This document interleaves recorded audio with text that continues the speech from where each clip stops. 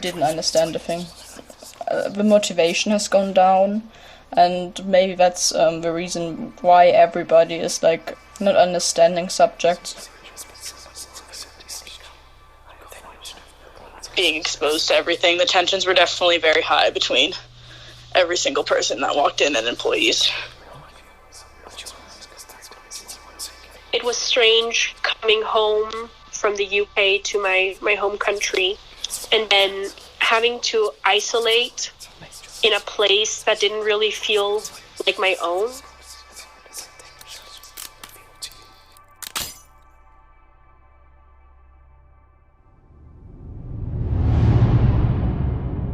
Stories of an Instant is a virtual reality experience which shares many different perspectives created by the societal circumstances of COVID-19.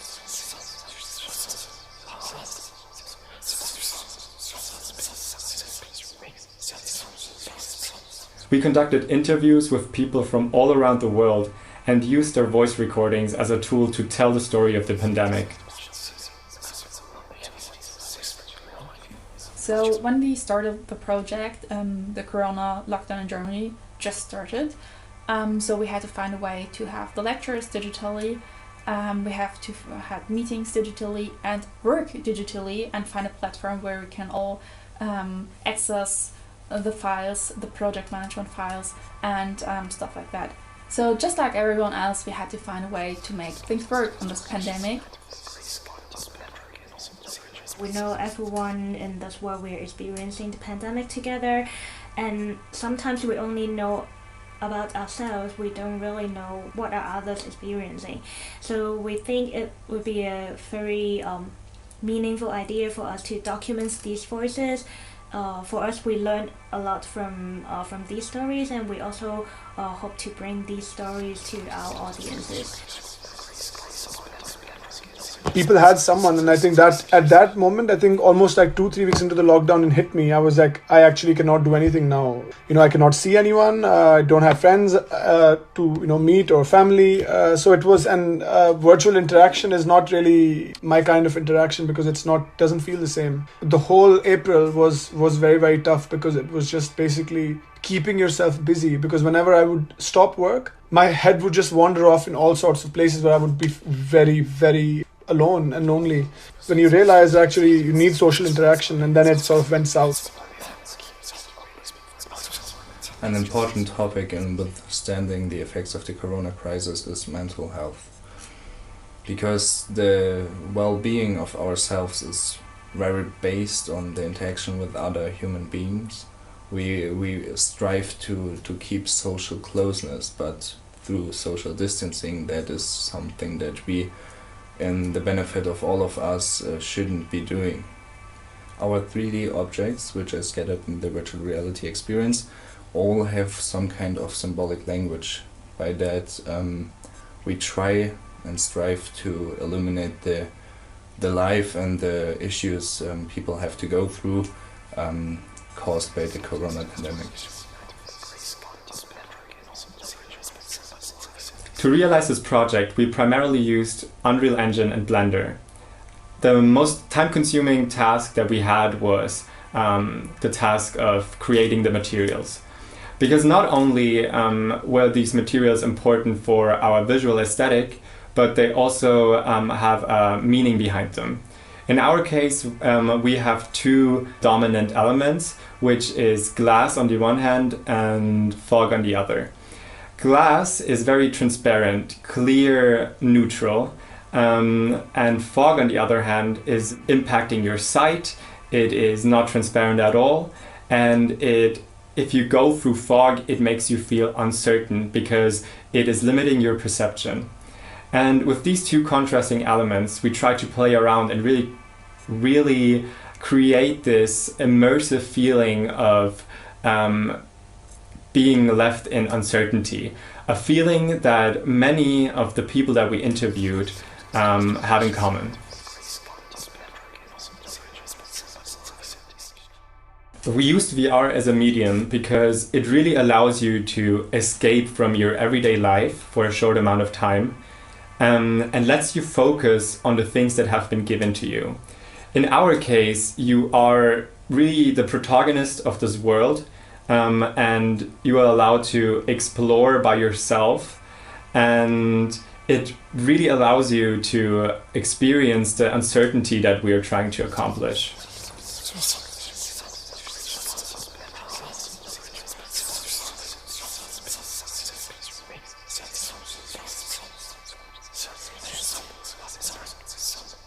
Our project is somewhat of a time capsule in that it tries to really capture what some of us have been going through.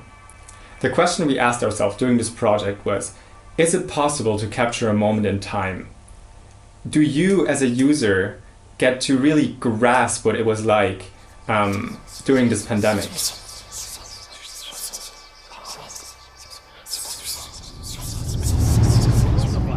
Spreading so quickly around the globe, it may only Das be a matter of neuartige time before it Coronavirus begins breitet rolling sich across knapp the einen Monat US nach dem with the ersten potential to Auftreten become a in pandemic. You have influx of individuals who are infected. Front auf einer Corona-Isolationsstation im Ruhrgebiet gegen das Coronavirus und die damit verbundene And I remember that it was going on. No one knew what a lockdown or a pandemic actually means. So since the government told everyone to stay at home, we were kind of left alone. I think it was in a context in school, and I think everybody underestimated it. I think we were all pretty excited when schools are closing at the beginning. But when I went to school today, you could see that a couple of people were very excited. After that was, I actually got an email, we won't be needed for work. So I think at that moment it really did affect me, because that is one of my main incomes. I'm a freelancer, self-employed. Schon wahrgenommen wird und auch gemacht wird, aber dass es manchmal jetzt reicht, ist irgendwo schon ein bisschen. Unhappy, uncertain times. I feel like I've really evolved through these last couple of months, but it has definitely also taken a huge emotional toll on me. I was just very... So the project itself was challenging for us on various levels, such as that we are from different backgrounds like science and technology studies, media informatics and fine arts. This is a very interdisciplinary project in the sense that every one of us is bringing different expertise to the project. It's a little bit out of my comfort zone, because in the past I didn't really have the chance to work with people from the art field. Yeah, so I was wondering, are we going to have a very different communication styles? Are we going to have a very different working style?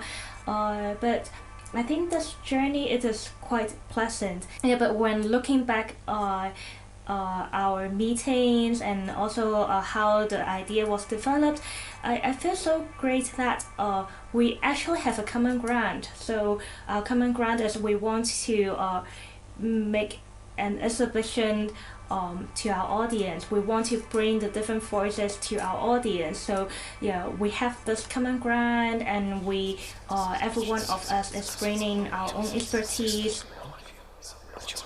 And it was just the fear of uncertainty of if I was gonna get home. I feared the most about catching the coronavirus because I work at Target and I'm exposed to many different people all the time, and I could have been exposed to someone and them not even knowing it, or them knowing it and completely ignoring the signs.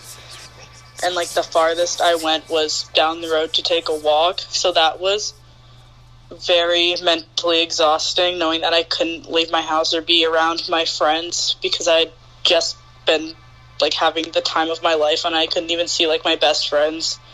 And then going straight to work was definitely an emotional constraint because everything was blocked off and people could only get food and cleaning supplies and stuff. So it was hard at work to deal with people wanting to get other things that weren't considered essential and just being exposed to everything. The tensions were definitely very high between every single person that walked in and employees.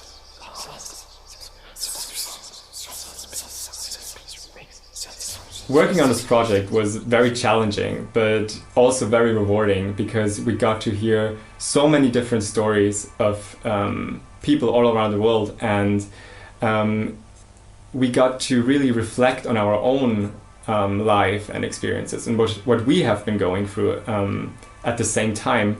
So we really hope that this reflection process also gets to happen to the users of Stories of an Instant.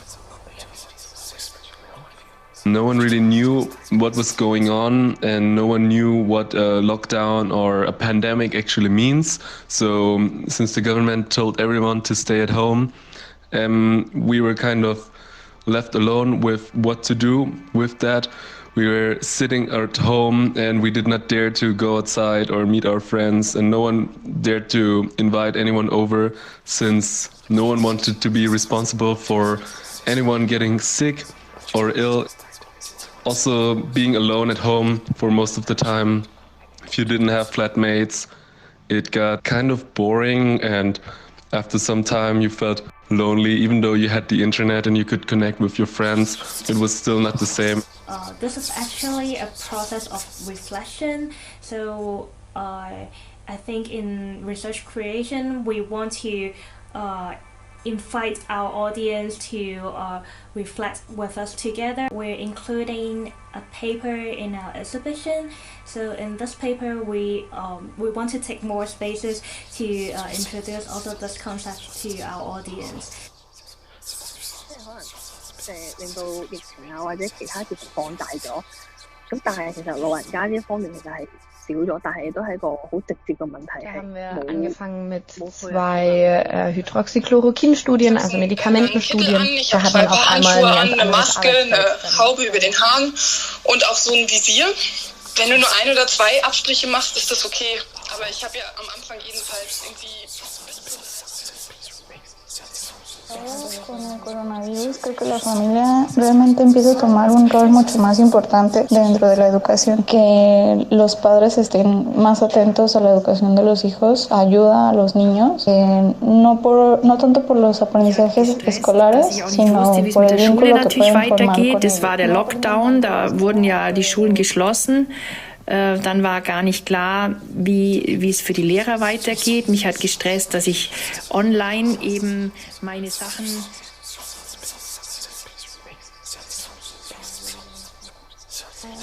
As a whole, I feel concerned for the industry that I'm in.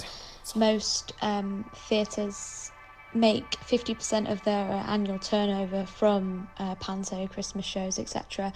There's no tours, no music gigs, no musicals, no plays.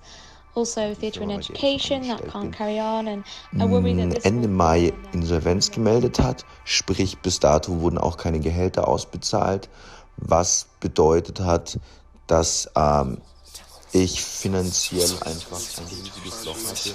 In everything that I was doing, I was rethinking all of the messages which I was sending to people during the pandemic. I was rethinking every photo that I was posting, deleting them 5 times in a row, and even hurting myself for it. I got a psychologist for myself to cope with that feel of guilt.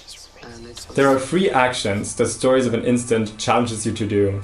It's for one to feel the uncertainty that many of the interviewees have been going throughout their journey. It is also to realize how intersected and intertwined many of these stories actually are. And most importantly, accept our lack of knowledge when it comes to grasping what a time really has been like.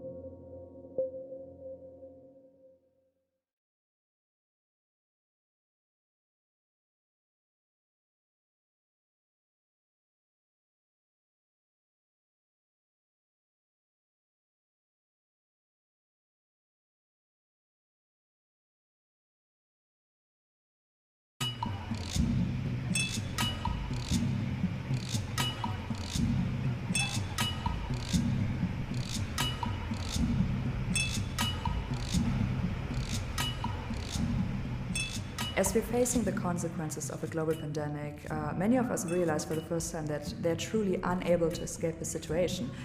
Lots of people want to have a safe room for themselves, a sort of escape haven that they can relax in, that they can perhaps even forget about the pandemic at all, because in the end, even if we face it every day, it does stress us, it does exhaust us mentally and physically. For like people who live in the city, it's kind of difficult to deal with the situation when they have to stay in the small apartment the entire time. They can't even go out to nature because everything is like full of people. It's not a topic that we can run away from, whether we want it or not. We are forced to deal with it in one way or another. And while some people may feel safe or comfortable at home, for a lot of others, home is more of a prison than a sanctuary.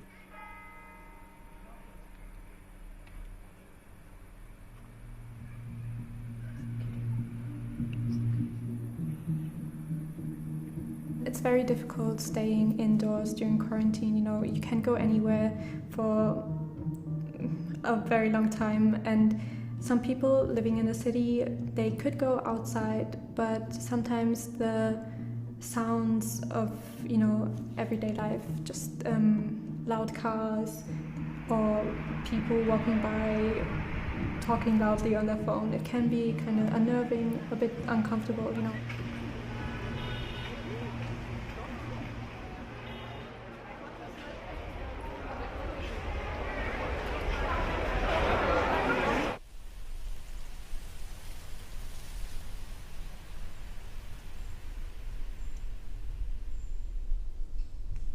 Going into the forest, I think it's a very different experience.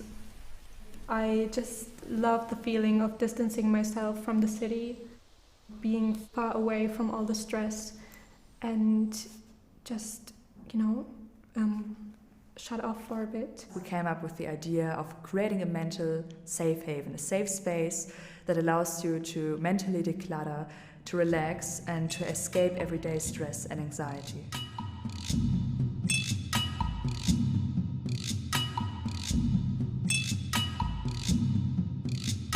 Nature in itself is a highly interesting topic, because you have to think about what nature is and what do different people think about nature.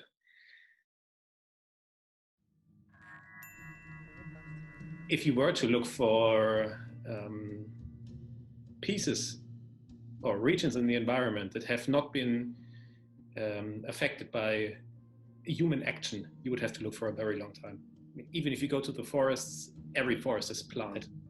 If you look at the sea, seas are full of pesticides and trash that humans produce.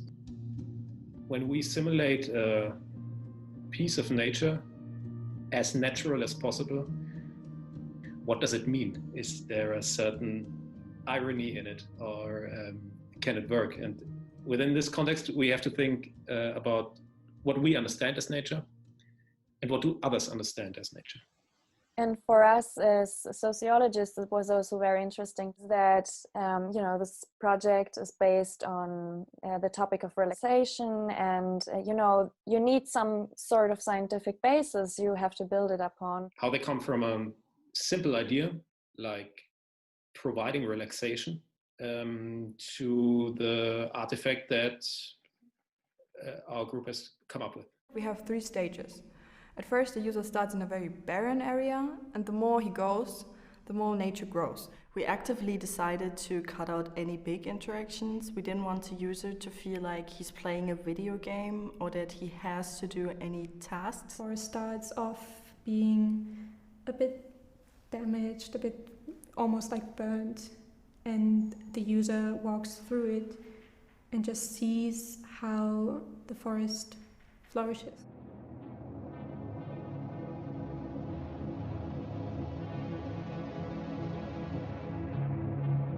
In our group, what we observed was that intuition is actually a very important part of the process of producing this. And so it's not necessarily built on the scientific facts, but on the intuition of what we perceive as relaxation or things that help us with stress relief. What I really like about nature is its atmosphere. Like when you see the sun going down in the sky and see the forest fog, reflecting the light of the sunshine, I think it's just heartwarming to see that. I really notice that I breathe slower and deeper, and I like the effects on me.